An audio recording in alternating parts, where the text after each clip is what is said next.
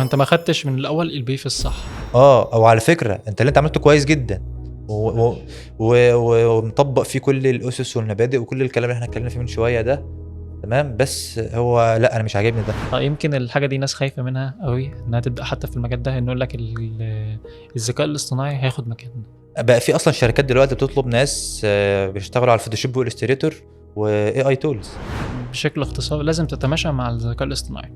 يمكن اتكلمت في الحاجه دي اول امبارح، ان انا بقول لازم لو انا هستخدم الذكاء الاصطناعي استخدمه بنسبه 30% في التصميم بتاعي. انت اكيد او معظم الناس بتبقى داخله المجال مش عارفه هتبدا لسه ازاي او تتخصص في مجال ايه. اشرحه تاني يعني ولا يهمك. يعني مثلا كجرافيك ديزاينر مثلا.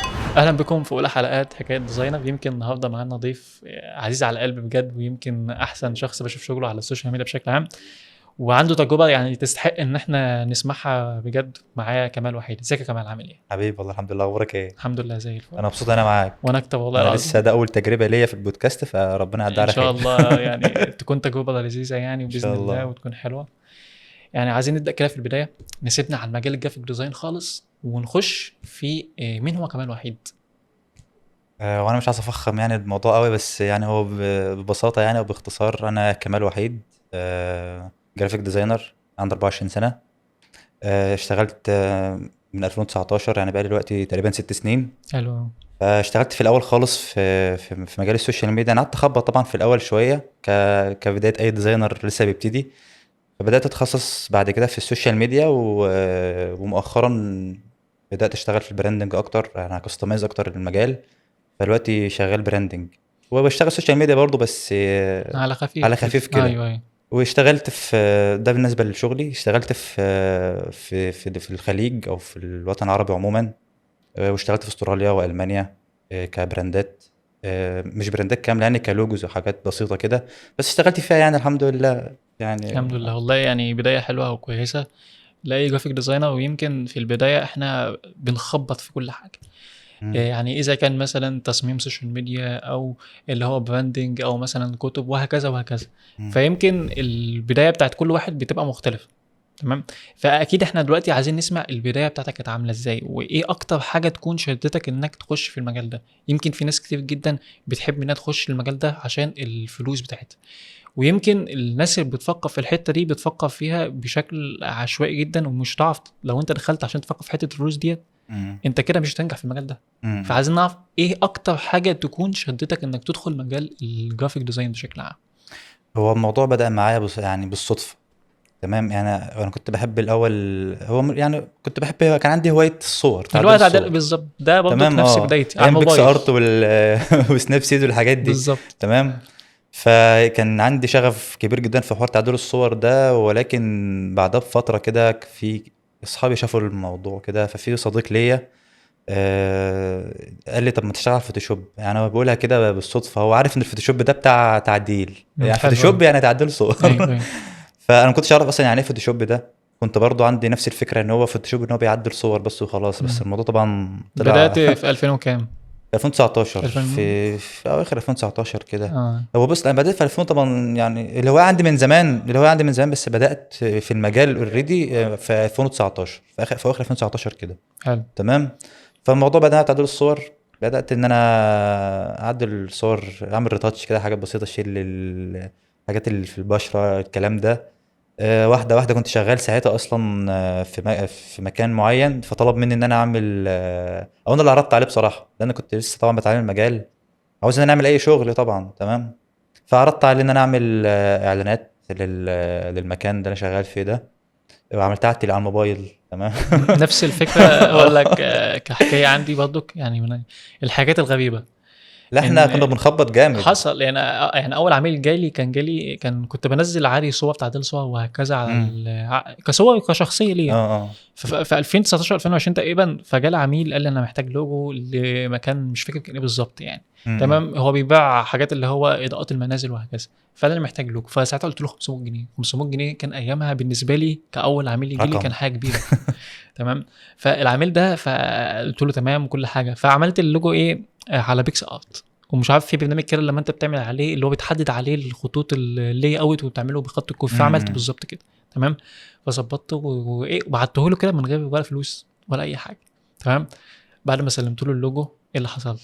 بلوك من كل حته، خد اللوجو من نفس غير اللي ما حصل يدفع. معانا في بدايتنا فاول كلنا. اول عميل يجي لي تحس ان الواحد كده خلاص اهبط، مش عاوز يكمل في المجال. مم. يمكن قعدت 3 شهور كده ايه من غير ما اعمل اي حاجه.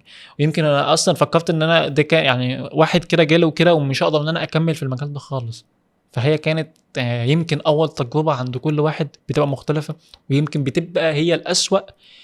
طول يعني ربنا بيختبرك في حاجات معينه اللي هو ايه، هل هتكمل في الحاجه دي ولا لا. يمكن حصل لي برضك من المواقف الصعبه برضك ان فجاه وانا برضك في 2022 تقريبا لقيت الهارد بتاعي اتحرق، عليت اكتر من 4 كتب. مم. خسرت عملاء وخسرت فلوس وخسرت حاجات كتير جدا. مم. ويمكن برضك نفس الاختبار ان ربنا يختبرك هتشوف هتكمل في المجال ده ولا لا. مم. يمكن ايه اكتر من المواقف المحرجه في المجال بتاعك كانت هي ايه بالظبط؟ اكمل الاول اللي كنت بقوله. كمل يا انت باشا. شكلك عايزين فتحت على طول. نخش على طول. كمل. مستني اللحظه اللي نقعد نتكلم فيها ايوه دي. ايوه بجد. كنت واقف فين؟ كنت شغال زي ما بقول لك. عملت تصميمات للمكان اللي كنت شغال فيه ده. واول شغل فعلي طلعته بقى كطباعه كان برضو في منطقه عندنا كده، كان حد عايز يفتح مطعم، فقال لي ما تعمل لي يافطه كده او واجهه للمطعم. حط الاسم حط لي بقى وخد صورة ابني حطه على اليافطة ولبسه لي بالظبط. معرفش ايه وفاهم. ايوه ايوه افهم ازاي. فكان تقريبا انا قعدت اعمل في اليافطة دي او في الواجهة دي يعني بتاعة المطعم، اشتغلت فيها يوم كامل تقريبا. مم. تمام، ده مش ببالغ، ده انا حرفيا قعدت لان اشتغل انت يوم ممكن كامل. تكون دخلت على البرنامج من غير ما تتعلم اساسيات. انا اللي عملته ايه بقى ساعتها، دخلت على اليوتيوب ازاي اعمل يافطة. واجهة يافطة بانر. مم. والله بجد، وقعدت اطبق وراه. الحركة دي او التركية دي خلتنا يعني ابدا ان انا تكتشف البرنامج. اكتشف البرنامج واحده واحده كده. تمام. حلو.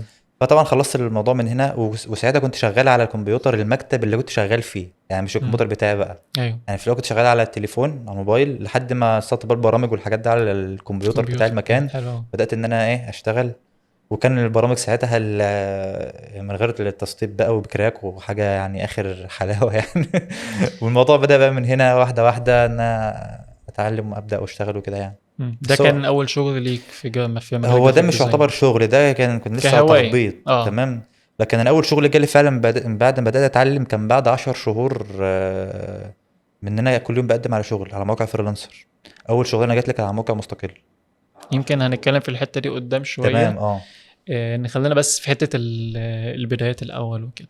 تمام. يعني كان أول شغل اللي هو كهواية مثلا أو حاجة إنك تعملها لشخص مثلا. يمكن هي البداية كده قرايب أو حاجة من على مم. النت وهكذا. يمكن بتبقى تجربة مش لطيفة، تحس إنك داخل على حاجة كبيرة جدا، مش عارف أنت هتسلمه إزاي ولا هتعمل اه. إيه. ويمكن كل واحد بيبقى عنده مواقف خاصة. دلوقتي في ناس كتير جدا بتسمع عن مجال الجرافيك ديزاين، كل واحد بيبقى عنده مصطلح مختلف. مم. فعايزين نسمع منك ايه هو الجرافيك ديزاين، بما ان معظم الفيديوهات اللي كانت بتبقى عندك عن مجال الجرافيك ديزاين في البدايات وهكذا. مم. بص، هو الجرافيك ديزاين يعني لو هنتكلم بشكل اكاديمي يعني فهو نوع من انواع الفن. هو وسيله اتصال بصريه بتستهدف او بتستخدم لانشاء صور ورسومات لتوضيح وتوثيق مفاهيم وافكار وحاجات وخيال في دماغك على شكل عنصر بصري او فيجوالز. تمام. تقدر انت تقدم الفيجوالز دي على هيئه او تقدم الرساله دي على هيئه مثلا مطبوعات، سوشيال ميديا، فيديوز، كلام من ده. تمام. ده كله طبعا بيبقى لمجالات كتير مختلفه، يعني الجرافيك ديزاين بنستخدمه لمجالات مختلفه كتير، زي مثلا الاعلام والاعلانات والتعليم، الطب، الهندسه. اي مجال حرفيا في عصرنا دلوقتي يبقى فيه الجرافيك ديزاين ده. فده كده بشكل اكاديمي. لو هنتكلم بشكل بالبلدي كده، هو الجرافيك ديزاين عباره انك بتطلع فكره في دماغك، على او فكره او اي حاجه خيال في دماغك عاوز تطلعها او تعبر بها عن للناس، تبقى على شكل فيجوالز او تصميم او حاجه شبه كده. تمام. تمام. بس يعني يمكن المجال الجرافيك ده بنستخدمه يوميا في الحياة اصلا، عشان الناس تبقى واخدة بالها يعني. انت اي حاجه فيها دلوقتي مستخدم فيها تخصص من تخصصات الجرافيك ديزاين. هو آه، الجرافيك ديزاين برضو مش مجال كبير واسع يعني. مجال، يعني هي زي شركه وتحتها اقسام كتير هنتكلم فيها شويه كده ايوه. يعني لو. يعني يمكن التيشيرتات والتيشيرت اللي احنا لابسينه ده اصلا جرافيك ديزاين. يمكن كل مم. حاجه بنستخدمها، الموبايل ابلكيشن. الفيديو اللي احنا بنتفرج عليه دلوقتي بتمنتج اصلا، ده اسمه جرافيك ديزاين، ولكن ده تخصص من تخصصات الجرافيك ديزاين. مم. دلوقتي مثلا لو دلوقتي كاول شخص، دلوقتي لو لسه مبتدئ في مجال مم. الجرافيك ديزاين او حابب انه يخش مجال الجرافيك ديزاين، طب ايه الخطوات انه اللي بعد كده ان يبدا في مجال الجرافيك ديزاين؟ طيب هو عشان يبدأ في مجال الجرافيك ديزاين أصلا، أنا مش هقول لك بقى شغف والكلام ده، بس أنا هحكي لك الأول عن حاجة قبل ما نبدأ في النقطة دي. ممكن اول حاجه تقول التجربه اللي انت مريت بيها. ما أنا هقول لك على تجربة اه حصلت معايا اوريدي أصلا مع ناس حواليا، يعني في البيئة اللي حواليا. كان أكتر من حد عايز يدخل المجال ده بيدخل عشان خاطر الفلوس. زي ما احنا قلنا في تمام. الاول. تمام. وطبعا انت طبعا داخل عشان فلوس مش هتكمل. صح. مفيش حد اعرفه حرفيا داخل في المجال ده عشان فلوس وكمل فيه. لان طبعا انت بتبقى داخل انت مستني فلوس، مش مستني انت تتعلم. وهتمل وتحبط من اول شهر 2 3، ما عادش هتكمل خالص. تمام. فاول ما بتبدا خالص، يعني اول ما تبدا في المجال ده، ابدا ان انت عاوز تتعلم مصدر دخل يجي لك بعد كده، يعني ما تبصلوش الوقتي. هي ده كارير زي اي كارير في الدنيا. تمام. طيب عشان تتعلم مجال الجرافيك لازم تتعلم او تمر باربع او خمس مراحل اساسيه في الموضوع ده. اول حاجه خالص تتعلم عناصر التصميم. طبعا بتبقى جواها الخطوط، الالوان، السبيس او المساحات، الكالرز، الحاجات دي. تمام. دي عناصر التصميم اول حاجه معانا. تاني حاجه مبادئ التصميم. مبادئ التصميم طبعا بتتكون من الكومبوزيشن او التكوين، البالانس. سامعك. اه تمام. مبادئ التصميم، التوازن، الكومبوزيشن، التباين، اللاي الحاجات اوت دي. والحاجات دي. اللي اوت ده من والحاجات اهم دي. الحاجات اللي موجوده في مجال الجرافيك ديزاين، لان بالظبط. برضك بشوف ناس لما بتيجي تعمل التصميم فبتحس ان الكلام بتاعها بيبقى طالع بره اللاي اوت بتاعها اه بشكل عام يعني. بالظبط. مم. تالت حاجه معانا تخصص في المجال، تخصص في قسم معين من المجال الجرافيك ديزاين. ودي من اهم الحاجات عشان تقدر ولكن تستمر. هنا مم. عشان تبدا في الموضوع ده لازم ان انت تاخد باك جراوند كده او خلفيه عن المجالات كلها او الاقسام كلها. هتخبط في بعض. يعني مم. انت اكيد او معظم الناس بتبقى داخله المجال مش عارفه هتبدا لسه ازاي او تتخصص في مجال ايه. مظبوط. مم. ولكن في ناس بتبقى اوريدي اصلا سامعه عن الموضوع ده، فداخل انا عايز اتعلم مونتاج مثلا، عاوز اتعلم براند، ابقى براند ديزاينر، او اصمم علامات التجاريه. تمام. فابدا الاول كده في فيديوهات كتير على اليوتيوب بتبدا تقدر توضح لك ده. مشروح فيها. انا نفسي عامل فيديو اصلا على اليوتيوب عندي برضه شرح فيه الحاجات دي. وده مش دعايه والله، يعني بالصدفه كده. انا ولا يهمك، اه نعمل دعايه لينا لا كلنا لا لا يعني. مش دعايه والله، جت بالصدفه. تبدا ان انت بيشرح لك كل تخصص من تخصصات الجرافيك ديزاين. فتبدا ساعتها تبقى عندك زي ما قلت لك خلفيه او باك جراوند. تبدا ان انت تحدد ساعتها عاوز تتخصص في ايه. دي تالت حلو أوي. حاجه عشان تالت خطوه تعملها. حلو قوي. رابع خطوه انك تشوف منتور او تشوف الناس الخبراء في المجال. تبدا تعرض عليهم شغلك اللي بتعمله. انا عارف ان انت هتشتغل في الاول، هتبدا تخبط كده تطلع حاجات اي كلام. ممكن تبقى بالنسبه لك انت هي كويسه بالنسبه لك كمستوى. ولكن بالنسبه للناس التانية طبعا اللي في المجال معانا مش افضل حاجه. بس هم عارفين انت لسه بتبتدي، فانت تقبل اللي انت فيه. ما تقولش بقى ده انا، وما تقارنش نفسك بحد يعني في النقطه دي تحديدا. تمام. ابدا اعرض شغلك على ناس في المجال بقالهم فتره كبيره. تمام. يقول لك الاخطاء ايه تتعلم منها. تبدا ان انت تطور من نفسك والكلام ده. وده لان النقطه اللي بعدها وهي الاستمراريه او الممارسه. تمام. وده عشان تطبق النقطه دي لازم تطبق كتير. وانت بتتفرج على فيديوهات في الكورسات مثلا او كده. تبدا ان انت مثلا انت اتفرجت النهارده على فيديو لتصميم سوشيال ميديا بطريقه معينه مثلا. طبعا الشرح كتير والناس بتشرح كتير يعني، ولكن انت خلاص اتعلمت من الشخص ده. تمام. التصميم بيتعمل ازاي، ابدا طبق وراه. ما تتفرجش على الفيديو وتروح تقول هطبق بكره، هتنسى اللي انت اتفرجت عليه اصلا. تمام. لان ده انا وقعت في الحته دي. تمام. فابدا ان انت تطبق. خامس حاجه. صح، خامس حاجه. التسويق. الايه؟ التسويق. لا سيب التسويق ده للاخر، اقول لك انا ماشي. خامس حاجه ايه. ابدا اعمل بورتفوليو. مظبوط. انا طبعا انا بجيب لك يعني الحاجات اللي هتعملها كلها. يعني اللي انا قلته اللي فات ده اللي انا قلته ده عشان تشتغل، تمام. عشان تجيب شغل. ولا كان ده حاجه على الماشي ده، يعني البورتفوليو ده طبعا حاجه اساسيه لاي ديزاينر بيشتغل في المجال ده. هتقول لي طبعا البورتفوليو ازاي وانا لسه ما جبتش اي كلاينتس او ما اتعاملتش مع حد. هقول لك في موقع اسمه بريفنا. مم. ممكن تجيب من عليه الايديا او الفكره اللي انت عاوز تستخدمها. او عندك شات جي بي تي دلوقتي برضه، قول له انا اعمل لي او هات لي مشروع اشتغل عليه في اي تخصص انت عايزه. وتحديدا في موضوع البريف ده السوشيال ميديا والبراندنج. تمام. ابدا ان انت اشتغل. اعرض شغلك على في على البيهانس عندك او على اي بقى منصه بورتفوليو بتستخدمها يعني كده. تمام. دي خامس حاجه. سادس حاجه زي ما انت قلت التسويق. تسويق. ابدا ان انت تسوق لنفسك. برضو دي لها كذا طريقه. ان انت مثلا تسوق لنفسك عن طريق السوشيال ميديا. عن طريق السوشيال ميديا بس. ولكن السوشيال ميديا لها كذا طريقه برضو تسوق بيها سيبك لشغلك. من حته ان احنا نعمل فيديوهات وقبل وبعد لا مش هتكلم خلينا على. انا مش هتكلم على ده، انا هتكلم في حاجه تانية. ان انت تسوق لنفسك عن طريق جروبات المصممين. جروبات المصممين. مم. ده حرفيا انا كل ما افتح الفيسبوك الاقي محتاج ديزاينر، محتاج حد او يعمل لي لوجو. او لما انت تنزل تمام. الشغل بتاعك بشكل عام هيجي اه لك عملاء اصلا، اه العملاء هيجي اه لك من غير اصلا ما انت هيبعت لك كتير. تمام.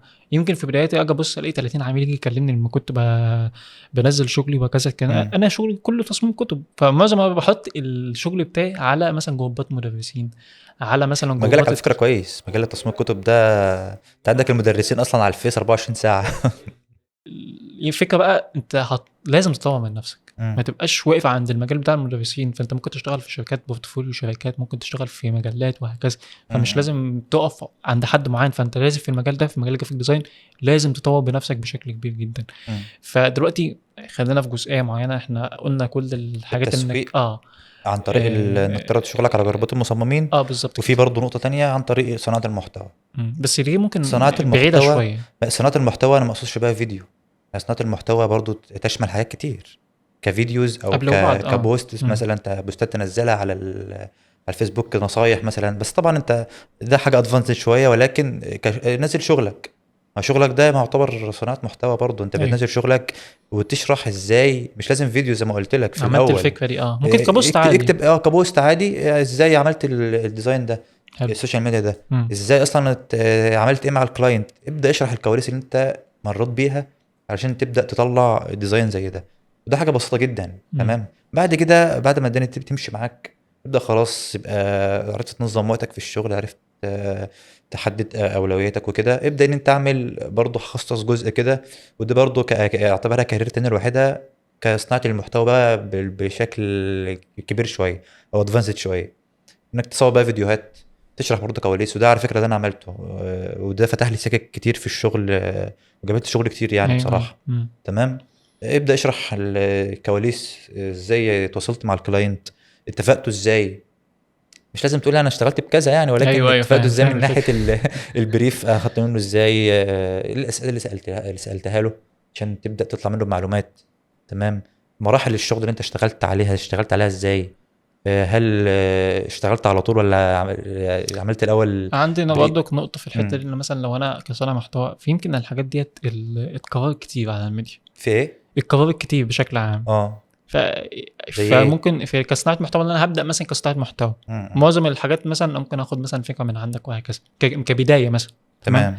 فإحنا عايزين نعمل حاجة مختلفة على الميديا بشكل عام، كما إنك يعني بقالك 4-5 سنين بتعمل صناعة محتوى. انا بقالي بالظبط دلوقتي ده رابع سنه. ربع سنة. م. حلو أوي. بس ما بستمرش كتير للاسف والله بسبب ظروف. بس يمكن يعني الاستمرارية دي يعني هي بتحس ان يعني حته قول معايا الايه، المحتوى دي بتحس انك بتفقد الشغف، لان الموضوع صعب جدا انك تعمل صناعه محتوى، مش ان انا انزل له دقيقه واحده. انا هقول لك على حاجه. موضوع الشغف معاك. ده كنت مقتنع بيه في الاول. امم حاليا انا ما عنديش حاجه اسمها شغف بصراحه يعني. انت دلوقتي بتشتغل عشان انت انت في حاجات ملزمه منك لازم، كمصاريف طبعا، كناس شغاله معاك كده كده. الشغف ده كان ايه، حاجه كده بنهون بقى على نفسنا في البدايات. ايوه لكن لما تخش بقى في المدعكه بتاعت الشغل نفسها هتشتغل غصب عنك. ايوه فاهم. تمام. بالنسبه لحوار التكرار في صناعه المحتوى وكده، مش في صناعه المحتوى بس، شو واخد بالك يعني في حتى في التصميمات. هقول لك على حاجه. امم التكرار اوريدي موجود. ما انت معلش انت مش هتخترع العجله من الاول وجديد. هو كل واحد بيقول الفكره بتاعته بشكل مختلف. انا هقول لك على حاجه. انا الفيديو اللي منزلها عندي على اليوتيوب او على اي حاجه بنزلها، انا مش هقول لك انا تكرار. مخترعها من دماغي. انا في 100 واحد غيري شرحوا الحاجات دي قبلي. بس بالطريقه بتاعتك انت. تمام. ممكن ما تكونش برضو بتطلع الكواليتي كقيمه وكفيديوز او كتصوير وكده بنفس اللي هم بيطلعوه برضو. ولكن زي ما بقول لك انا بسوق لنفسي. تمام. ايوه وفي نفس الوقت برضو يعني ده كان معمول في الاول ان انا اسوق لنفسي، وفي نفس الوقت حاجه الناس تستفيد بيها برضو. لكن كموضوع ارباح والحاجات دي مش حاططها في دماغي اصلا. انا زي ما قلت لك من شويه انا ايوه ايوه. مش بفعل ارباح اصلا خالص على اليوتيوب. مم. تمام. فبس. فانت مش هتعدل. فانت الفكره اللي تجيلك خدها وطور عليها بطريقتك انت، بس ما تاخدهاش كوبي بيست يعني. ايوه مش فاهم هينفع. الفكره. لا انا بشوف ناس كتير بتعمل كده. مش معنى انا بقول لك مش هتجيب افكار جديده، لا انت هتطلع افكار جديده من افكار موجوده. تمام. يعني كمثال انا دلوقتي عاوز اصمم لوجو او اشتغل على براند مثلا هو بصراحه لكلاينت مثلا. تمام. انا اي فكره هتيجي في دماغي حرفيا من قبل ما اشتغل انا عارف ان هي موجوده على الانترنت. تمام. طيب اعمل ايه بقى؟ بعمل انسبيريشن او الهام كده، تغذيه بصريه. بدخل ان انا وعلى فكره التغذيه البصريه نسيت اقولها في بس ازاي تتعلم يبقى الجرافيك. خامس حاجه. هنسيبها للاخر يبقى بقى. خامس انا شوف حاجه. افتكرتها دلوقتي امم ازاي. تعمل ودي من تغذيه. اهم الحاجات اللي بقى لازم تبقى ده انا موجوده. باكد عليها على طول والله، شوف نسيتها مش عارف ازاي. بنترست او بيهانس او ديفيبل دي من اهم دي في المواقع. خطوات ازاي تتعلم الجرافيك. بالظبط. هنبقى نقولها كمان شويه. المهم بعمل تغذيه بصريه، بجيب كذا فكره، ببدا ان انا اسكتش الافكار دي. وانا بسكتش الافكار بيطلع لي افكار جديده. الافكار الجديده بيطلع منها طول افكار ما انت تانية، بتعمل افكار تالتة. مخططات وهكذا فانت كده كده ده بتطلع طبعا فكره كشغل مختلفه. براندنج يعني. بالظبط اه. تمام. هو نفس الكلام برضه على السوشيال ميديا، بس طريقه الشغل بتختلف ايوه في القسم ده او في التخصص ده او ده. تمام. تبدا في الاخر تطلع بحاجه مختلفه تماما بقى، مش موجوده اصلا. تمام. ده بيطلع من ايه؟ من الافكار اللي موجوده. تمام. تمام. فدي طريقتي في الشغل. ممكن يكون كذا حد ليه طريقه تانية او الناس بتشتغل بطريقه تانية، ولكن دي طريقتي يعني. تتفق او تختلف معايا، بس في الاخر انا هدفي ان انا اطلع شغل كويس مش متكرر، تكون حاجه يونيك، حاجه ما حدش استخدمها قبل كده كده يعني. يمكن بس احنا اهو يعني قلنا 7 خطوات عشان تبدا في مجال الجرافيك ديزاين. مم. تمام. دلوقتي هل اتفرج على اليوتيوب ولا اخد كورس مدفوع؟ يمكن انا برضو يعني ان مم. انا ضد ان انا ادفع 3 4000 جنيه في كورس. نفس اللي قلت لك قبل كده فاكر. فادفع ليه 3000 يعني 3 4000 جنيه في كورس ليه؟ بص فاهم انا عندي وجهة نظر برضو في النقطة دي معاك او قول. في الموضوع ده. انا لو بص اه. لا مش كتسويق برضك، بس ايه لو هعمل حاجه هعملها مثلا مش هتزيد عن 1000 جنيه، بس تبقى حاجه مستحقه انهم يتعلموا او يطوروا من نفسهم. امم. فاهم. مش هروح اخد كورس من البدايه من الصفر ب 3000 جنيه وانا الحاجه دي موجوده على اليوتيوب. انا لو اخد حاجه هاخدها بشكل مبسط، حاجه اقدر ان انا اطور بيها من نفسي. امم. ما يبقاش ان انا ثابت على حاجه معينه، انا اقدر ان انا الحاجات دي موجوده على اليوتيوب في مليون واحد شرح الحاجه دي. فعايز اسمع وجهه نظر برضك في الحوار ده. طيب انا وجهة نظري في الموضوع برضو ممكن ناس كتير تختلف معايا فيها، لان انا اتكلمت في الموضوع ده مع كذا حد امم قبل كده واختلف معايا فيها، ولكن دي وجهة نظري اللي انا ماشي بيها ومقتنع بيها، ويعني ماشي بيها على طول يعني. اللي هي انا معلش مش هبقى لسه بادئ ولا اخد كورس مدفوع. تمام. انا عايز اقول لك انا لحد النهارده ما اخدتش ولا كورس مدفوع. ولا انا والله. تمام. ليه؟ اقول لك ليه. انت دلوقتي واحد لسه بتبتدي في المجال لسه مش عارف هل المجال ده وحش، هتكمل فيه ولا لا. هل هتكمل فيه مم. ولا مش هتكمل فيه. ممكن تتخنق بسرعه.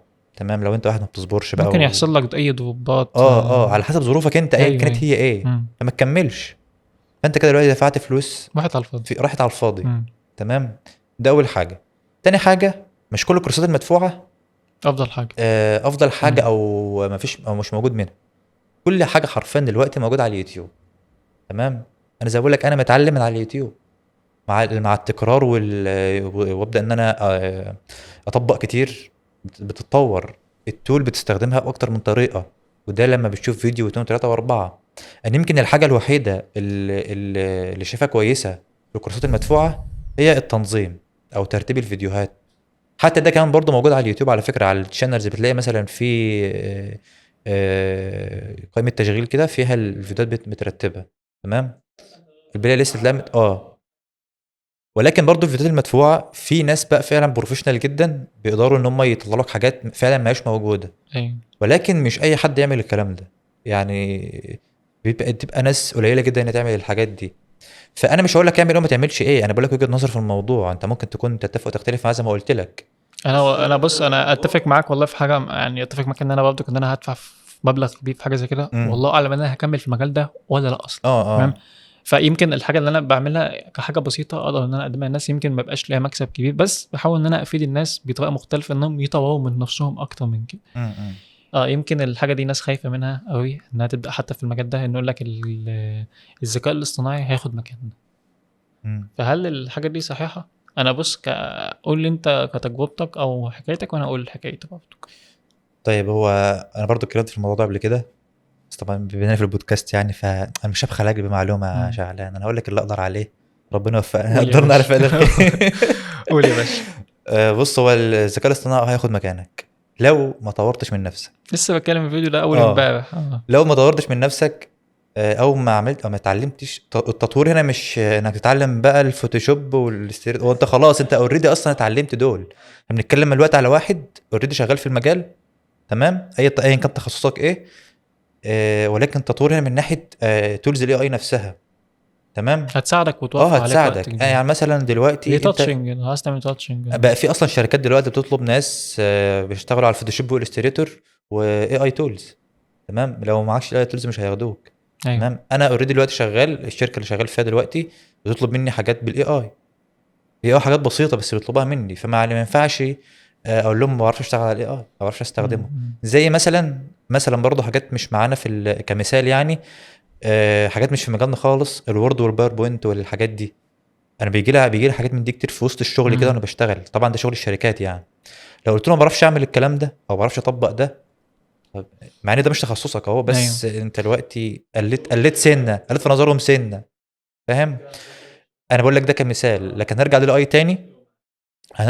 اي تاني.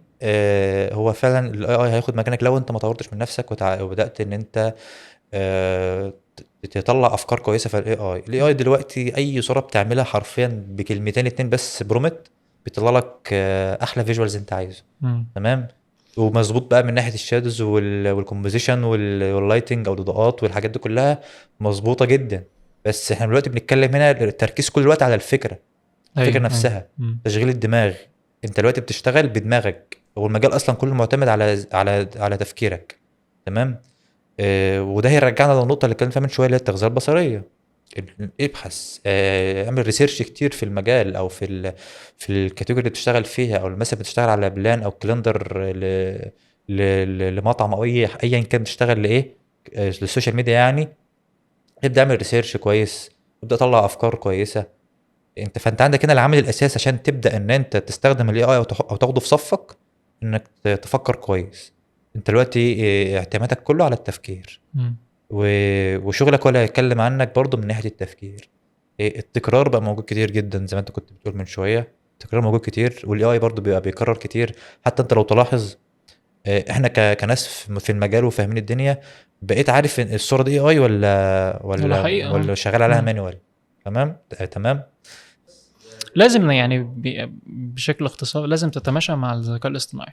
يمكن اتكلمت في الحاجه دي اول امبارح، ان انا بقول لازم لو انا هستخدم الذكاء الاصطناعي استخدمه بنسبه 30% في التصميم بتاعي اه بشكل عام، واستخدم 70% في يعني 70% كشغلي انا، لو انا هعمل مثلا تصميم مثلا فيجوال، لان معظم الذكاء الاصطناعي كله في تصميمات السوشيال ميديا. تمام. ممكن تدخله في براندنج بس في حاجات اشتغل في خفيفه، البراندنج على فكره، على حاجات وبتطلع معاك خفيفه. شغل جامد بصراحه. بس على حاجات خفيفه. تمام. يعني مثلا اديك مثال، مثلا معاك، استخدمت قول. في البراندنج ازاي. مم. آه الأول مرة تتقال على اليوتيوب ازاي تستخدم الذكاء الاصطناعي في البراندنج. لا بصراحه كنت عملت عليها تريكايه كده في فيديو، بس عادي ما حدش خد باله منها يعني. اه. ما عنديش ريتش. قول يا باشا. المهم، كنت بستخدم الاي اي في اللوجوز، بخليه يتحول 3 دي، يحوله 3 دي، شفت الفيديو ده. تمام. فبرضه في الموك ابس برضه بتطلع حاجات كويسه، بتعرض يمكن عليه. بيطلع لك افكار. ده انا بستخدمه الوقت برضه يطلع لي كلر باليت للمجال اللي هشتغل فيه، ايوه. تمام. حلو قوي. يطلع لك كلر باليت، يجيب لك مثلا انت مكسل تسيرش على جوجل مثلا او كده، تقول له ابعت لي مواقع بتطلع لك الوان كويسه. ايوه. بيساعدك، هو بيساعد، تمام. بس مش بياخد شغل اساسي، مش هياخد مكانك، اللي هو يعمل الحاجه دي، اللي عميل يقدر انه هو ياخد والله الحاجه هو دي. في الفتره الاخيره بصراحه يعني، حتى نانو بنانا، انت دلوقتي شوف، انت عارف فوتوشوب دلوقتي. مم. انا عايز اقول لك، انا دلوقتي من ساعه ما نانو بنانا اتضافت على الفوتوشوب، تقريبا شغل على الفوتوشوب كله ما لا يتخطى 30 40%. ان كان بقى من تعديل شادو او اضاءه او بلور مثلا لجزئيه معينه، تمام. مم. فالاي اي فعلا سهل علينا كتير جدا. ايوه. بدل ما تعمل تصميم مثلا او ديزاين سوشيال ميديا في ساعه او ساعتين او ثلاثه ايا كان، بتشتغل في وقت قد ايه، انت بتخلصه على طول، تمام. حتى برضه في مش هقول لك ان كل الشغل بيطلع بروفيشنال، في كلاينتس بتجيلك، او حتى سيبك لو انت مستهدف الفئه الايه مثلا، او ما بتشتغلش غير لناس احترافيه يعني، انت شغال في شركه دلوقتي وبيجي لك تاسكات ايرجنت وعاوز تخلصها في اسرع وقت، تمام، ويقول لك انا عايزك تنتج لي او عاوزك ان انت تخلص لي التاسكات دي النهارده بالاي اي. انا مره اشتغلت على بلان خلصتها كلها في يوم مم. باستخدام الاي اي، وده طبعا حاجه ما صح، انا مش بنصح اي حد بيها. بس ده حاجه كانت اتطلبت مني وكان لازم ان انا اخلصها في اسرع وقت، ومش مهم الكواليتي ايه ولا مهم ايه، بس على فكره طلعت بكواليتي كويسه والله. كان لمنتج شوكولاته،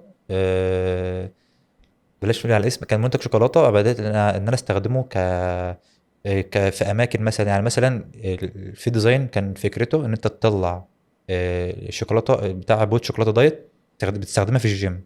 مم. فانا عملت ايه، اخدت الديزاين ده، جبت دمبل لو في الجيم، جبت معدات الجيم عموما، الحاجات اللي بتمسك في الايد البسيطه دي، وحولتها لشكل شوكولاته عن طريق الاي اي، تمام. ايوه. وضفتها في باك جراوند وفي قلبها المنتج الشوكولاته، كانت طالعه بصراحه شكلها تحفه، تمام، كانت كويسه، تمام. ده لو هتعمله في الطبيعي، وبص، الفكره هنا كويسه، والتطبيق برضو كويس، بس ده يعتبر من احسن الحاجات اللي طلعت معايا. فانت دلوقتي بتتكلم لو هتعمل ده في الطبيعي، انت ده عايز شغل 3 دي، تمام، حلو. فانت الاي اي مم. برضه وفر عليك الوقت كتير، وخلصت البلان كلها على نفس النمط او على نفس المستوى ده، وخلصت كلها في يوم، تمام. بس الاستعجال برضه وحش، يعني انت لو مثلا معاك ديزاين بتشتغل عليه في يوم، غير ديزاين بتشتغل عليه في يومين ثلاثه، او او الوقت لما يطول بيبقى احسن، بتطلع افكار كويسه كده يعني. مم. طولت في النقطه دي.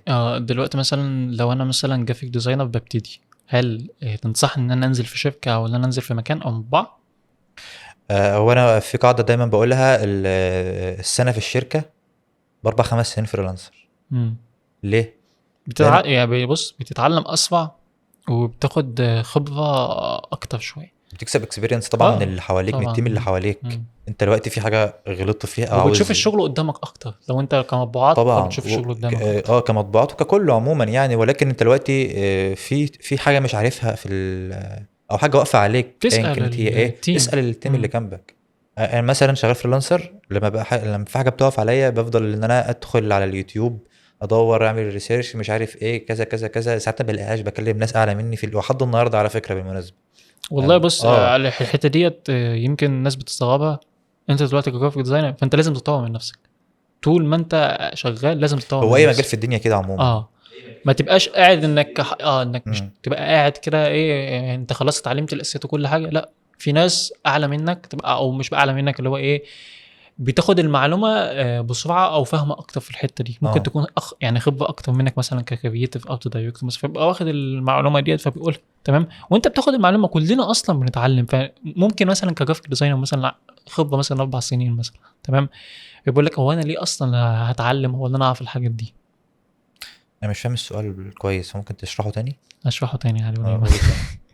يعني انا مثلا تهت منك معلش. كجرافيك ديزاينر مثلا، امم بقاله مثلا 4 سنين، امم فبيقول لك مثلا هو انا لا اتعلم الحاجات الجديده او الاساسيات الجديده مثلا زي الاي اي مثلا.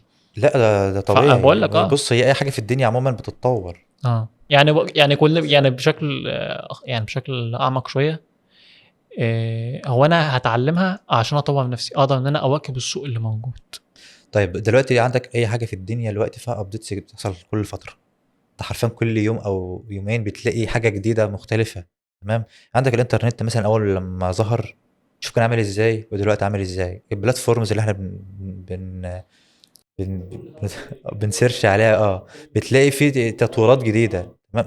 في حاجات هي طبيعيه بتحصل، فانت لازم تتطور انت كمان في المجال.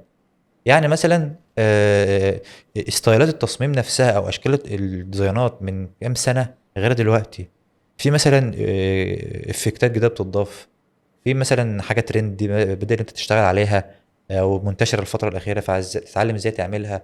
في الفيديوهات مثلا بشوف مؤخرا كل الفيديوهات اللي بشوفها دلوقتي كلها فيها اللي هي زي النيون دي، او التكست النيون، ايوه ايوه، او الحاجات اللي ترانزيشن هي او الجلاس، او اللي هي افكتس. الازاز اللي هي الزجاجيه دي، بنستخدمها كتير الفتره الاخيره، ايوه، فده حاجه ترندي وهتختفي، تمام. فانت لازم تواكب الترند برضك. هو مش دايما بس ده حاجه كويسه، تقدر انت تستخدمها بشكل كويس، تمام. فده تطور، او ده ستايل ماشيين عليه. في مثلا ناس بتشتغل ومش عارفه ده بتعمل ازاي، في برضه في موضوع المونتاج والافتر افكت والحاجات دي برضه بيبقى فيه تريكات او حاجات كتير بقى في 3 دي جديده. دلوقتي في افتر افكت، انا ضفت بقول لك ضفت من كام يوم مم. فكنت واقف فين بتبدا ان انت تتعلم التريكات دي. تمام، فانت كل يوم في حاجات جديده بتتعمل او حاجات جديده بتظهر، ستايلات جديده بتظهر. تمام، انا مش هقول لك انت هتتعلم تول جديده في البرامج نفسها. انا بتكلم انا دلوقتي على الستايلات نفسها ايوه وازاي فاهم الفكره، ايوه. تطبقها او كده. ده بالنسبه لي تطور، انك تعمل تواكب نفس الشغل ده، وبرضه يبقى ليك بصمتك او يبقى ليك كده العلامه بتاعتك كده، او تشوف الديزاين ده دول تقول ده احمد اللي عامله. ايوه عندي صديقي مدحت بصراحه، كل ما بشوف شغله بعرف هو ده مدحت اللي عامل الشغل ده، ايوه مدحت تمام. لبيه. انا آه. استضيفه ان شاء الله، ان شاء ويمكن الله. بقالي سنتين ازيك يا مدحت؟ بقالي سنتين بحاول اقنعه يجي وما بيجيش. انا عارف اشوفه والله. أيوة. يمكن احنا طولنا في الحته ديت، حته ازاي يخش في مجال الجرافيك ديزاين وتطورات الذكاء الاصطناعي. يمكن الحاجات دي اكتر للمبتدئين، يمكن بقى نخش في حته التخصص شويه. تمام. دلوقتي كجرافيك ديزاينر اتخصصت، ايه الخطوه اللي جايه ان انا اقدر بقى، انا خلاص ان انا اتفرجت على فيديوهات وتعلمت الاساسيات، عاوز بقى ان أنا اتخصص في حاجه معينه. مم. يمكن بشوف ناس دلوقتي يمكن والله شغلها حلو جدا، بس برضك مش متخصصه. تشتغل مثلا تعمل مونتاج، ويعمل مثلا تصميمات سوشيال ميديا، ويعمل لك لوجو، عاوز اللي هو انا عايز فلوس وخلاص، فاهم؟ مم. ف... فالخطوه ديت، هل حته التخصص ديت اللي انت تبقى متميز في الحاجه دي، تمام؟ مم. انا يمكن طول ما انا اشتغلت، يمكن في الاول بقى سنتين بخبط في الحاجه، طول ما انا اتخصصت انا متميز في الحته دي. مين اللي بيعمل التصميم ده او بيعمل تصميم كده؟ يقول لك مثلا احمد شعلان، فاهم الفكره؟ اه فدلوقتي نيجي لحته التخصص، ايه النصيحه اللي تنصحها الواحد ان هو يكمل في الحاجه دي او التخصص الحاجه دي؟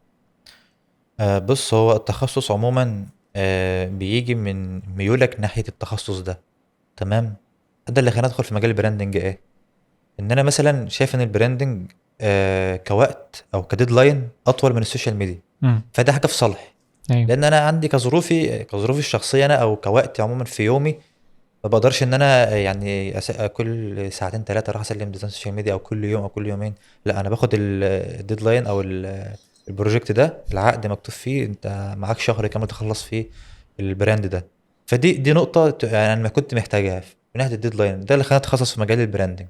تمام، مش دي بس برضه موضوع برضه الفلوس برضه هي الفلوس اكيد، بس يعني ما تفكرش فيها بشكل كتير. لا، بص، هو في حاجة، هو ده فيها فلوس، ده كل حاجة فيها فلوس. تمام، يعني في شغل سوشيال ميديا او فيجوالز بيبقى بأسعار برضو مقاربة للبراندنج. تمام، ولكن يعني حسيت ان الفيجوالز، حاسس ان انا بفرق كتير قوي دماغي، يعني فاهم، متكرر. مش متكررة، حاسس ان انا بتعب. امم انا بحب الشغل الفيجوالز كتير بصراحة، بس ما حسيتش ان انا ميال له قوي، او ان حاسس ان انا مش عارف اجيبها لك ازاي، بس اللي هو بزهق كده. تمام، مع اني بحب الشغل والله جدا. انا اول ما بدات اصلا بدات السوشيال ميديا، انا لسه شغال لحد النهارده سوشيال ميديا على فكره، يعني مش هقول لك اتخصصت 100%، بس ولكن تخصصك الاساسي براندنج. انا بحاول اتخصص براندنج. انا حتى لما كنت طالع في كام من شهر كده مع احمد غانم، طالع معاه في سيشن، فقال لي تحب نقدمك ازاي؟ قلت له كمال وحيد جرافيك ديزاينر. قال لي طب ما تخليها براند ديزاينر. قلت له لا، خليها جرافيك ديزاينر، انا ما اعرفش لسه. يعني مش ما بحبش حوار يعني حد يقول لي براند ديزاينر او سوشيال ميديا ديزاينر او كده. انا لسه شغال فاهم، بس بحاول اتخصص، يعني نفسي اعمل كده ومش عارف، ده طبعا ظروف الشغل وكده. ايوه يمكن التخصص ده بيخليك انك متميز في الحته دي اكتر. تمام. هو احنا لسه ما جاوبناش على السؤال، احنا قعدنا الكلام خدنا. معاك. فعايز تتخصص في حاجه، انت دلوقتي هتلاقي زي ما قلت لك برضو على اليوتيوب او ايا كان بيتعلم من ايه، سواء واخد كورسات مدفوعه او اونلاين مجانيه. شوف المجال اللي عايز تتخصص فيه، سيرش عليه كويس، ابدا برضه طبق زي نفس الكلام اللي قلته من شويه في اول الفيديو. ولكن بيبقى كل مجال ليه التريكه بتاعته. يعني انت مثلا دلوقتي، الفرق، انا هقول لك الفرق بين السوشيال ميديا والبراند مثلا ايه. السوشيال ميديا انت رسالتك اللي عايز توصلها، انك توصل رساله لشخص معين، للمتلقي او المشاهد، ان انت بتبيع له مثلا اعلان في هيئه في الديزاين ده، او في البوست اللي انت بنزله ده. ايوه تمام، طيب. لازم يوصل رساله معينه للجمهور. في صوره. تمام. تمام.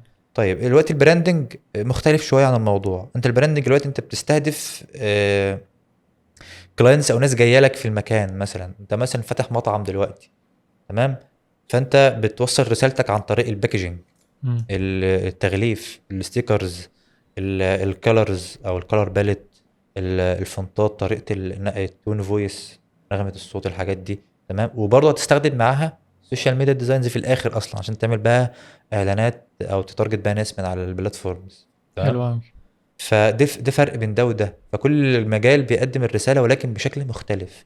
عندك مثلا مجال الفيديو اديتنج، ده بقى بص عالم تاني. انا اشتغلت على فكره برضو بشتغل فيديو اديتنج، يعني مم. اشتغلت كمجالات كتير بصراحه، بس كان شغل يمكن شخصي انا كله. برضه شغال فيديو تونج، بس شغاله كشخص ليا انا، بتعلم اه الحاجات ليا انا، مش راح لعميل يقول لي اعمل لي كذا، لا برضو على اكيد. فكره مم. فيها شغلها متعب جدا بصراحه. مم. تمام. وعايزه برضو امكانيات اعلى في الجهاز وكده. جهاز وكده. اه. فكل حاجه بتقدم رساله بطريقه مختلفه. وفي برضو مقوله كده دايما بيقول لك تتوصل رساله، يعني الفيديو ب 100 صوره. اللي هو انت فيديو واحد تقدر تعرض فيه الرساله بتاعتك او المسج بتاعتك للناس احسن ما بتعرضها في صوره. ايوه. فاهم قصدي؟ مم. اول ما بدات شغل مثلا كفريلانس او العمل الحر، ايه اكتر حاجه شدتك في العمل الحر بشكل عام؟ اكتر حاجه شدتني اه، من ناحيه ايه؟ مش فاهم. كشغل بشكل عام يعني. بص هو انت قصدك اول ما بدات في المجال ولا وانا لو شغال؟ انت شغال كفريلانسر، طيب هو الفريلانسر عموما كمميزات اكتر. هو له مميزات وله عيوب مم. كتير. تمام. ويمكن عيوبه ما كبيره شويه عن الموضوع انك تشتغل فول تايم. مم. طيب نبدا الاول بالمميزات. اول حاجه كده، بسم الله الرحمن الرحيم، انت رئيس جمهوريه نفسك. يعني تصحى وقت ما انت عايز، تنام وقت ما انت عايز. ما فيش طبعا مدير بيرخم عليك، مع اعتذاري لكل مدير في شركة، انا مش قصدي والله بس. طيب يعني الحريه انك تشتغل في بشكل الدنيا عام. مرنة اه. شوية. مم. تمام. ده اول ميزة. حلو. تاني ميزة طبعا من ناحية السالري او الفلوس او كده، تبقى طبعا اعلى شوية. يعني انت ممكن تشتغل بروجكت واحد او ايا كان بمرتب شهر كامل. تمام. ولكن ده مش دايم. يا ريت يبقى دايم والله، يعني محدش هيغلب يعني. فاهم. اه. ده مش وانا دايم. بقول لك شغل الشركات لازم يبقى عندك شغل ثابت شركات عشان يبقى عندك دخل ثابت. هو ده على حسب ظروف كل شخص برضه، على حسب ظروف كل واحد. والله ممكن الشركه تقفل بكره، فالله اعلم بالظروف لا برضه طبعا كده. لازم تبقى عندك، لازم تبقى شغال برضه فريلانسر جنب الشركه. ده هنجي لها دلوقتي. دي تاني ميزه. تاني حاجه طبعا حوار الفلوس او كسعر بروجكت او كده بيبقى اعلى من الشركات. تمام. يعني انت ممكن تشتغل بروجكت واحد بمرتب شهر في شركه. ايوه. ولكن ده مش دايم. انت ممكن تشتغل البروجكت ده يجي لك مره كل شهرين ثلاثه. وده كان فعلا بيحصل معايا اصلا اول ما بدات اشتغل. تمام. ولكن ده ممكن تعوضه برضه بان انت تسوق لنفسك زي ما قلت لك من شويه في اول الفيديو، ان انت تسوق لنفسك. مم. لو سوقت لنفسك صح وبدا يبقى عندك اكتر من يبقى عندك قاعده عملاء كويسه، يعني يبدا يجي لك شغل فريلانسر. تمام. ولكن برضه مفيش حاجه مضمونه، ده ممكن مره واحده تقف. ايوه. تمام. مظبوط. وبرضه في شغل الشركات كده نفس الكلام ممكن برضه. الشركه تقفل فجاه. مم. بس شغل الشركة عموما لو انت راجل مثلا عليك التزامات او مسؤوليات او كده، مش فالشركة. بص، مش لازم برضه، لازم هو يبقى مش عندك لازم بس لازم يكون عندك شغل ثابت. هو مش لازم بس انت عارف ان كل شهر هيجي لك قد كده. بالظبط. تمام. مظبوط. ده من اه. الناحية المادية يعني. تمام. برضو في ميزة على فكرة في الشركة مش موجودة في الفريلانسر، ان انت بتشتغل جاهز. بيجي لك الشغل جاهز تشتغل، ايوه. عكس ما انت شغال فريلانسر. بي دي اف بقى وحوارات بالظبط. وهكذا. ما هو برضه في ده في الشركه، ولكن الفرق بين الاثنين ايه بقى؟ انت لو شغال فريلانسر دلوقتي بتكلم الكلاينت، تعمل معاه ميتنج واثنين وثلاثه، وتاخد البريف و وتعديلات وحاجات وحوارات. اللي بتخنق الواحد دي. تمام. بس في الاخر هتطلع شغل بروفيشنال، وهتطلع تقدر تنزله على السوشيال ميديا. ما انا هقول لك على حاجه، مم. ما هو ده برضه بيتعمل في الشركه. بس الشركه ليها شخص مسؤول عن الكلام ده. الشخص ده لا مش هو الاكونت مانجر. اه. ده اللي بيجيب لك البريف او بيجيب لك كل حاجه جاهزه وانت تبدا تشتغل. مالكش دعوه بالكلاينت خالص. ايوه. لو في ايديتس او اي حاجه بيجيب لك الايديتس، بيحولها لك اول بس مش باول. هتطلع شغل زي ما بتطلع شغل في كفريلانس، خلي بالك. تحس ان مش شغل عارف. انا اشتغلت كفريلانسر او شركات، مم. يمكن شغل فريلانسر احسن بكتير. هتطلع الشغل اللي في دماغك انت، ما انا هقول لك على مش متقن حاجه. بحاجه معينه. ده ملهاش علاقه بالفريلانسر او بالشركه. دي لها علاقه بعقليه العميل اللي الكلاينت قدامك او نفسه. الكلاينت. اه. تمام. في كلاينت بيجي لك مسلم نفسه خالص، هو عارف ان انت اللي هتنقذه اعمل من لي بند باسم كذا وسلام عليكم. بالظبط، سواء فريلانسر او شركه. ايوه اما انا ساعات ببقى اشتغل في شركه، بس برضه تلاقي الكلاينت هو مصمم على حاجه معينه في دماغه، بعد ما بنتعب معاه ونبدا ان احنا نخلص اللي هو احنا كان يعني الصح بتاعنا، هو يعني هو بنعمل اللي متارجت هو عايزه حاجه، في الاخر. يعني هو متارجت حاجه في دماغه، بس اللي انت عملته مش عاجبه. او على فكره امم انت اللي انت عملته كويس جدا، بس و... انت ما خدتش و... البريف من الاول صح. ومطبق فيه كل الاسس والمبادئ وكل الكلام اللي احنا اتكلمنا فيه من شويه ده، تمام. بس هو لا، انا مش عاجبني ده، اللون ده مش عاجبني، انا عاوز احمر وازرق واصفر، وحط لي اللوجو في النص وكبر اللوجو شويه ومش عارف ايه، والشغل اللي بيتعب ما انت ما الواحد ده. خدتش من الاول البريف الصح. اه ودي من اه اكبر الغلطات كجرافيك ديزاينر، ولو انت حتى لسه بتبتدي فانت لازم تاخد، لو انت بتشتغل كفريلانسر لازم تاخد من البريف، من العميل بتاعك لازم تاخد البريف بشكل كامل. امم الالوان حتى تقول له لو في لون عاجبك، في اي حاجه عاجبك، فانت لازم تقول لي كذا وكذا وكذا، عشان ما انا هعدل مره واثنين وثلاثه. يمكن الشغل بتاعي يمكن كله تعديلات اصلا كتصميم كتب، اه كنت ك كنت اولا بتخانق على فكره من حوار كاخطاء التكست املائيه. والكلام ده والله بيتعب بص، جدا. يمكن الناس مش حابه برنامج الانديزاين، لما تيجي تعمل مثلا تصميم كتاب او اي حاجه بتعملها الاستريتور ايه او اه الفوتوشوب. اه تمام. بس الديزاين ده بسيط جدا في حته التكست، اقدر ان انا اعمل فقره معينه، والفقره اللي بعد كده يعني بضغطه زرار واحده. تمام. اقدر ان انا اعملها بالجراف ستايل، ويمكن دي موجوده في الايه في الاستريتور. مم. تمام. بس طيب. اقدر ان انا النص بتاعي ده في ساعتها فاهم، مم. ففي تطورات بتيجي في بعد كده يعني. احنا تمام. قلنا دلوقتي 3 حاجات. قلنا 3 طيب حاجات نيجي على اخر حاجه اللي هي الخبره. الخبره تمام. طيب الخبره طبعا زي ما قلت لك، السنه في شركه او في وسط تيم، احسن بكتير. احسن بكتير باربع سنين او 3 سنين في كفريلانسر. تمام، وده عن تجربه. انا شغال فول تايم دلوقتي بقالي داخل في السنه. تمام، اشتغلت قبل كده اسبوعين في شركه وسبتها طبعا عشان الجو مم. ما عجبنيش، ولكن حاليا انا مستقر دلوقتي في شركه. اتعلمت فيها حاجات كتير جدا، انا كنت حاسس ان انا خلاص يا ما هنا يا ما هناك، اتعلمت كل حاجه، وطبعا ده كان غلط. اتضح ان انا في طريقه التعامل اصلا مع التيم، ان الناس تتكلم معاك كطريقه التعامل، بس الناس بتحترم بعضها. ده حاجه كويسه على فكره، مش كل الناس بتطبقها. تمام. برضو ان لما تدخل ميتنج مع كلاينت او كده، برضو بتعرف تريكات كده في وسط الميتنج، تعرف تتواصل بها مع العميل، ازاي تقنع العميل اصلا. فدي كلها حاجات بتتعلمها بسرعه. برضو من ناحيه الديزاينز نفسه، بيكون معاك تيم معاك في نفس المجال وفاهم في شغلك، فيدي لك لمسات او تريكات او اضافات في الشغل، ت- تكتسب تن- خبره بيها. تنقل شغلك في حتة تانية. مم. تمام. فدي بصراحة ميزة تحسب للشركة يعني. تمام. ولكن في الاخر تشتغل فريلانسر او في شركة، الاجابة اللي يناسبك. ندخل على اللي بعده. يمكن الاخطاء الكتاب تبقى في المجال، ايه اكتر خطأ انت ممكن تكون وقعت فيه وتنصحه للناس اللي بتبدأ او اللي هي بدأت بشكل عام؟ آه، هو انا شايفه خطأ وفي نفس الوقت برضه حاجة كويسة، ان انا بدأت في كله مع بعض. مم. انا اول ما بدات اتعلم او خلاص فهمت البرنامج ده بيشتغل ازاي، اشتغلت سوشيال ميديا، اشتغلت براندنج، اشتغلت مونتاج، اشتغلت ده فاهم. انا كان هدفي في الاول ان انا اتعلم برامج، مش ان انا وبرضه اجيب شغل، بس كان ايوه هدفي الاكبر اتعلم برامج، اللي هو انا متعلم 4 برامج.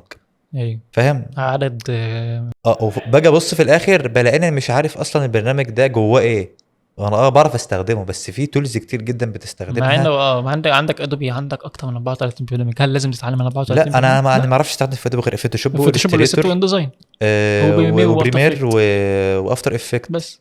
انا مش محتاج الا دول اصلا. آه. تمام. بس فدول اللي بستخدمهم معاه في شغل، ولكن هو الاساس فوتوشوب، ايوه اساس في كل تخصص تقريبا. لازم تتعلمه عشان تقدر انك تنتج في الفيديو او تنتج الحاجه كموك اللي ابس بعد كده. بقى كشيبس وحاجات من دول، هتعدي الستريتور عليها برضه. هتعدي عليه من الاخر. اتعدى مم. عليه. تمام. ايوه. فده خطأ برضه، ده خطأ انا عملته، فما انصحش حد بيه يعني. ولكن هو برضه يعني، هو بصراحة هو خلاني يساعدني بعد كده، ان انا لما احب اتخصص في اي حاجة انا عايزها، مم. عرفت ده بشتغل هنا ازاي وهنا ازاي وهنا ازاي. تمام. فده خطأ. تاني حاجة ان انا ما كنتش بطبق على طول، ايوه. او جت فترة قبل ما ابدا اشتغل كنت بفضل اسمع واطبق وكل حاجة لحد ما بدأت اشتغل، ما عادش عندي وقت حرفيا ان انا او بقى كان طبعا يومي في حاجات كتير غير الشغل يعني، مش 24 ساعة بشتغل. ولكن في البداية كنت طبعا انا كنت بقعد بال 12 ساعة ابدا اتعلم بس كده. تمام. بس بعد ما بتبدأ تمشي في الشغل شوية، فبيبدأ خلاص بقى ايه، عندك حاجات تانية تعملها في يومك. تمام. فكنت بسمع الفيديو من هنا او الكورس من هنا وما كنتش بطبق عليه، بسيبه وامشي، واجي تاني يوم اطبق، باجي ابص الاقي مش فاهم حاجه، بضطر اسمع الفيديو من اول وجديد تاني، فالموضوع بيبقى ممل شويه. فانت تطبق اول باول. تمام. ثالث حاجه انك تعمل تغذيه بصريه كتير جدا، وده انا بتكلم فيها في اي حته بتكلم فيها. التغذيه البصريه مهمه جدا. مم. ليه بقى؟ انت دلوقتي بتبص للديزاين او بتتفرج على الديزاين كده، انت بتتفرج عليه بعين الديزاينر مش بعين المتلقي او المشاهد. المشاهد حلو كويس، الوان كويسه وفرقعه كده وحاجه كويسه تمام. ايوه. لكن انت كديزاينر بتشوف اللي اوت اللي في الديزاين، بتشوف توزيع العناصر، تشوف الكومبوزيشن، البالانس اللي في الديزاين، الاضاءات، الريفليكشن، الشادوز، الحاجات دي كلها، اضافه اللوجو نفسه فيها تركايه اصلا تمام. السوشيال ميديا او الحاجات اللي بتحط في ايقونات. الديزاين من تحت دي تمام. فدي كل حاجه انت بتبص لها وبتطبقها على حسب ظروف الشغل اللي معاك تمام. برضه ملهاش طريقه ثابته، انت كل ما بتعمل تغذيه بصريه اكتر بيجي لك افكار كتير كده او انسبيريشن كده تمام. فانت تعمل تغذيه بصريه كتير، بس معناها كتير هنا مش معناها ان انت يعني تتفرج على حاجات كتير، او لا. تقلد يعني، فلا تتفرج انك تاخد هو افكار من هنا احنا ومن هنا. بنقلد كلنا، احنا بس اول تاخد بدأنا كنا بنقلد عادي. هتاخد فكره من هنا وتاخد هتاخد فكره من هنا وفكره من هنا، هتحس ان انت برضه زي ما انت قلت انك انت تعمل فكرتني بحاجه دلوقتي اقول لك عليها. معاك، انك تمسك الورقه والقلم وترسم انت هتطلع فكره مختلفه تماما. طول ما انت بترسم وبتتفرج من هنا وهنا هتطلع فكره مختلفه تماما اصلا. في برضه حاجه معاك. برضه اقول لك عليها. انت قلد وكل حاجه، ما قلناش حاجه في البدايه، بس ما تنسبش الشغل لنفسك. مم. انا ما عملتش كده الحمد لله ايوه. يعني، بس انا شفت ناس بتعمل كده تمام. حتى انا في شغل لي انا كنت منزله قبل كده، كان من سنتين، كنت منزل براند على الفيسبوك. ببص بعدها بكام يوم لقيت حد واخد نفس الشغل بتاعه بالظبط منزله عنده، مم. بيقول لك انا عامل الشغل، انا اللي عامل الشغل ده تمام. الحراميه كتير هنا. ده كتير من قبله. كتير. ولقيت السوشيال ميديا بتاع ده كان في براندنج. مم. برضه شفت في السوشيال ميديا حد واخد شغلي حطه على موقع خمسات، على الثمنيل اللي في السيرفيس او في الخدمه نفسها. حسابه على فكره اتقفل. مم. جت مشكله على حسابي اصلا ان انا اللي سارق الشغل منه، ايوه. والاكونت بتاعي اتقفل وحصلت مشكله على فكره ورجعته تاني الحمد لله يعني، الحمد لله. بس مش بستخدمه. لان خمسات اصلا بيعتمد على التقييم. وحتى انا بصراحه ما اشتغلتش على اي مواقع عمل حر زي خمسات او فريلانسر او حاجات من انا دي. اشتغلت على مستقل وخمسات وفايفر وفريلانسر وايه تاني، ما اشتغلتش على ابورك بصراحه. دول اكتر ابورك كانت فيها حاجه. مشاكل كده وزحمه وما كنتش عارف يعني تقدم. فيها منافسه بصراحه، فيها هي منافسه. انا الوقت بسمع حاليا اصلا المنافسه موجوده بس جدا. بتعرف تكسب عملاء صح، ناس فاهمه تمام، لان اللي بيخش على الموقع ده بالذات بيبقى فاهم هو عاوز ايه بالظبط. مش كله بصراحه. يعني انت عندك موقع خمسات او خمسات تحديدا اسمها خدمات مصغره. انت حتى هتلاقي تفتح الويب سايت مكتوب خدمات مصغره، اللي هو ان في كلاينت عاوز حاجه على الماشي كده خلصها له على طول. بس بتكسب تمام؟ فلوس احسن. هي اقل حاجه 5 أو 10 دولار تقريبا. بس تمام؟ مش زي انك تكسب لو انت بتجيب عميل مثلا من على الفيس، فالفئه معينه تختلف. وفي برضه حاجه تانية، المواقع برضه الفريلانسر بتاخد 20%. يعني انت صح. مثلا جبت $100 كسبت $100 مثلا، او خلصت تاخد سيرفيس $100 80. بيجوا لك 80، بياخدوا $20. ايوه. والفلوس بيجي لك بعد 14 يوم لما تبدا تقول لهم حولوا لي الفلوس. ايوه. تمام. طبعا دي حاجه مش حلوه خالص، وبتيجي على البيبال مش على اكونت بنك كمان. ايوه. او مؤخرا اضافت اكونت بنك، بس لما يجي لك على البيبال وتبدا تيجي لك عشان توصل عندك مصر هنا وتبدا تستخدم الفلوس في ايدك، تكون ببيت بقى طالب وحوارات. التلت منها او النص. فاهم؟ يمكن بما احنا بنتكلم عن العملاء، المشاكل بقى بتاعت العملاء ازاي بقى اتغلب على المشاكل دي؟ اي مشاكل بالظبط في التعامل مع العميل بشكل عام. بص، هو الحاجه الاساسيه اللي حاططها قدامي ان انا اتقي ربنا في الراجل اللي انا بشتغل معاه، الكلاينت اللي بشتغل معاه. تمام؟ ده اهم حاجه في شغلك عموما يعني. طيب بتتقي ربنا في شغلك، يبقى هتخليك تتعامل مع العميل كويس باحترام. تمام؟ تقدم له شغلك يعني تحط فيه مجهودك كله. ماشي؟ تكون مثلا بتتكلم معاه باسلوب كويس لما يطلب تعديلات، لان لما بيجي يطلب تعديلات تلاقي خلاص بقى انت هتتجنن. يعني تمام؟ حط له ليميت معين وبعد كده يا باشا التعديل بكذا. هو في حاجه اقول لك عليها وقت برضه بخصوص الليميت، بس دي بالنسبه للحاجات اللي بتعامل معاها مع العملاء. يعني وقت التسليم برضه لازم تبقى وبرضه عشان برضه وقت ده التسليم، هيفرق معاك. برضه وقت التسليم كويس جدا. آه، برضو الديدلاين لازم تبقى ملتزم بيه. حتى لو انت تكون مثلا، قول انت مثلا هتشتغل مثلا في اسبوع، قول مثلا اسبوع ونص. ما ده اللي كنت اقول لك عليه دلوقتي. اه. بس في حاجه برضو هنا، انت دلوقتي عندك بروجكت بتشتغل عليه والديدلاين اسبوع، انت حصل لك ظرف طارئ او اي ما انا حاجه بقول لك خارجه عن اه. ارادتك، انت كلم الكلاينت عادي وقول له مفيش فيها مشكله خالص، يعني مش لازم تحور عليه. امم. انا كنت بصراحه في الاول كنت بحور، ايوه. بس جيت مؤخرا طب انا لا احور على الكلاينت اصلا. طب ما اقول له انا عندي واحد اتنين تلاته، او اقول له انا عندي ظرف، او مش عايز اقول له مثلا على الظرف اللي عندي، اقول له انا في ظرف عندي النهارده مش هقدر انا اسلمك، فبعد اذنك او بعتذر عن التاخير، والله بنفس اللفظ كده، بعتذر عن التاخير، لو تقدر بس تستحملني اسلمك الشغل متاخر يوم او اتنين. ايوه ايوه. الطريقه اصلا الكويسه بتخليه يوافق. تمام. بس يعني بشكل عام برضك لازم تدي مده محدده لنفسك انك تخلص الشغل في كذا، فتكون مخلص الشغل في كذا فهتسلمه مثلا قبلها بيوم، فالعميل بعد كده هيجي لك بعد كده لو انت بتشتغل سوشيال ميديا وهكذا، اه اه فالعميل ده اه. هيجي لك هيبقى مستمر معاك. طالما مش برد عليه وهكذا وهكذا وهكذا، انا كده بطفش العميل. في على فكره عملاء كتير جدا بيبقوا اسلوبهم مش حلو خالص، انا وده بعرفه، ده بحسب خبرتي في الشغل يعني، ده بعرفه من اول ما يبعت لي سلام عليكم. عاوز تطفش العميل ازاي؟ قلت ليه؟ عاوز تطفش العميل ازاي؟ اه اه، لا بيبقوا باينين قوي على فكره. انا ايوه. ايام اتنصب عليا في فلوس، ايام اتنصب عليا في شغل، في حاجات كتير، والله فالواحد انا بيتعلم. ياما برضه كنت نصب عليا في تمام. 11,000 وفلوس كتير اه لا برضك، يعني اه. فربنا يبعدنا عن الحاجات دي بجد يعني. في بقى حاجه بقى عايز اقول لك عليها، كنت قايل لك عليها من شويه، موضوع التعديلات. انا مثلا انا كنت خدت التركه ديت من بدر دياب، امم. كنت حاضر له ايفنت قبل كده، ولقيته بيقول انا دلوقتي بعمل الشغلانه دي ب $100 مثلا، فبحط معاها التعديلات بتاعتي. هو في الطبيعي، هو هيعدل، من هو الاخر انت في هيعدل. الطبيعه هيعدل. هيعدل. تمام. فبدل ما هي 100، لا انا اخليها ب 110، 120، ومعاك يا باشا تعديلات زي ما انت عايز، مش هقول لك ليميت، امم. انا مش هديك ليميت. تمام. لا انت معاك تعديلات زي ما انت عايز. بس برضه الليميت هنا ابدا احط لما الاقي يقول لي فاهم، يبدا يعمل لك تغيير جذري في البروجكت كله، هنا لازم نتكلم. لكن كتعديل مثلا كولرز، تعديل فونت في مكان معين، او اللون ده مش عاجبني او كده، ببدا بسيطه ماشي دي. حاجات بسيطه يعني. تمام. في برضه ساعات بيبقى في افكار مش عاجبه الكلاينت او كده بالنسبه للبراندنج او اللوجو او كده، فانا بتجنب ده ازاي من الاول خالص. انا مثلا يعني في ناس تيجي تقول لك انت غالي، انا عارف ان انا غالي، امم. بس انا بقدم لك حاجه مميزه مش هتلاقيها عند حد تاني. في الطبيعي عايز اصمم لوجو، اي حد في الدنيا ماشي اعمل لك لوجو، انا بقدم لك 3 او 3 اوبشن، 3 نماذج من الشعار نفسه من اللوجو بس، والثلاث نماذج دول ببعتهم لك. كل لوجو او كل فكره مشروحه انا اخترتها ليه، شارح بالوان تحت انا كذا اخترتها ليه. بيبقى وبرزنتيشن في جايد كذا. لاين كده شارح فيه اللوجو ده اللوجو بس، او البرزنتيشن كده مبدئي ببعته للكلاينت. اللي هو ببند جيد لاين. جايد لاين امم. تمام. حلو. فانا بدل ما اعمل اللوجو ب 100، انا هعمله ب 120 او 150. بالتعديلات. تمام. فده بتخلي الكلاينت يتجنب التعديلات الكتير عموما حلو يعني. قوي. تمام. بس فدي الحاجات اللي انا بعملها يعني. يمكن احنا اتكلمنا بشكل اوسع عن مجال الجرافيك ديزاين والبراندنج والعملاء، ويعني مبسوط ان انا والله كنت معاك النهارده.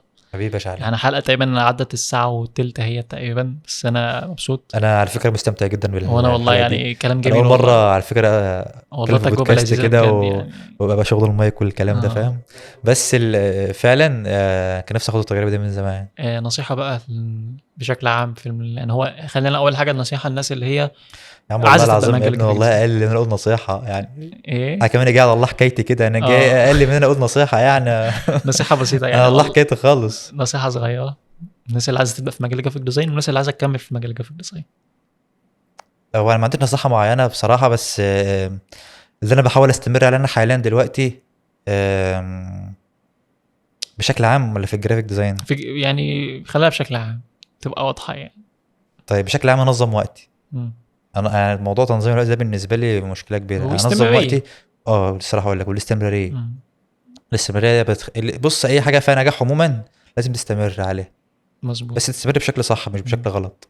يعني ما تغلطش الغلط وتقول ده انا هكرر الغلط تاني. يعني طالما انت مثلا عايز ما هتطلع على كانتش كده تيجي السلم كده. فانت لو عايز تطلع على السلم فانت مش لازم تسيب خطوه قبل ما تطلع الخطوه اللي بعدها، فانت لازم تبقى اه ماشي على الطريق وما تقولش المستقيم. بقى ده انا هبدا بكره او هبدا مثلا في الوقت المناسب، زي ما الحاجات اللي بنشوفها على طول دي. اه بس هي فعلا صح، يعني حاجات كليشيه قوي بس صح. بسمع كتير والله، ناس من اصحابي ناس عايزين يبداوا ويقول لك انا هبدا بكره هبدا بكره، فين والله بقى لهم سنتين يعني هقول ثلاثه لك على حاجه، انا عايزين يبداوا. مثلا كنت اول ما ابدا صناعه محتوى او عايز اعمل فيديو، هبدا بكره. مش هعمل فيديو غير لما اجيب الاضاءه المعينه مم. او اجيب المايك المعين، وباجي ابص بلاقي ما هو طبيعي عادي زي اي حاجه يعني. ابدا هو يا انت عم هو انت دلوقتي، بتصور ابدا باللي بالموبايل عادي معاك، ابدا. انا لحد انت. النهارده بصور بالموبايل ما انا على بقول فكره لك ومش زعلان من مم. ده. انا لو عايز اجيب كاميرا من الصبح انا هجيب كاميرا، بس بالظبط. ما نماش والدنيا هتأدي زي الفل. الاحتياج اللي انت عاوزه. اه بس انا اصل انا بعمل حاجه يعني ايه، موجوده او اللي هو بمشي بقى حالي في نفس الوقت برضو بفيد الناس، في نفس الوقت برضو بيجي لي منها شغل. يعني لو قلت لك انا بفيد الناس بس 100%، بضحك عليك وبضحك على نفسي. مظبوط. فاهم؟ انت اكيد برضو بتفيد الناس في نفس الوقت بيجي لك من خلالها شغل. ليه ناس كتير تقول لك انت بتعمل صناعه محتوى؟ يمكن السؤال ده بيتسأل كتير جدا، ممكن الناس اللي ما تبقاش فاهمه قوي يعني. انا بص، انا عشان من الارياف تمام، فانت عندك انا بالنسبه لهم عواطلي مم. ما يعرفوش يعني ايه اصلا جرافيك ديزاينر. انا طبعا ده مش تقليل منهم خالص، بس هو فعلا كل بيئه البيئه اللي انت فيها مش مفهوم فيها يعني ايه جرافيك ديزاينر اصلا، ايوه. او يعني ايه صناعه محتوى. فدايما يقول لك ده انت بتعمل فيديوهات انت على الفاضي، انت قاعد على الكمبيوتر ما بتعملش حاجه، او قاعد في البيت 24 ساعه ما بتطلعش انت على الفاضي. فما يعرفوش حاجه. بس فعلا الموضوع متعب، الموضوع مش ان انت قاعد ان انت قاعد بتلعب او كده، لا انت انا حرفيا دلوقتي اصابات في ظهري وفي عينيا، صداع على النضاره دي من طول. ايه؟ فاهم؟ فالموضوع مش الموضوع متعب بجد. ايوه. ولازم في نصيحه بقى عايز اقول لك عليها، والنبي تعملوها: كرسي، هات لك كرسي كويس، عشان بص ظهرك والله هيبقى في بص ذمه الله. لو انت عايز تشتري حاجه لازم تستثمر في الحاجه اللي انت محتاجها الاول، ما تروحش تجيب حاجه انت مش عاوزها وتندم عليها بعدين، فلا الاحتياج. فوالله انا كنت مبسوط ان انا معاك انا النهارده، اكتر والله يا احمد، انا يمكن مبسوط نصايح والله. ومعلومات كتير اتقالت. احنا رغينا كتير بصراحه، بس انا اه مستمتع بالكلام وانا معاك. والله اكتر. وان شاء الله يبقى في بينا حاجات كتير ان شاء الله، اذا كانوا شكوب او ان شاء الله باذن حاجات الله. تانية كتير، وان شاء الله اشوفكم في حلقة جديدة، والسلام عليكم ورحمة الله وبركاته.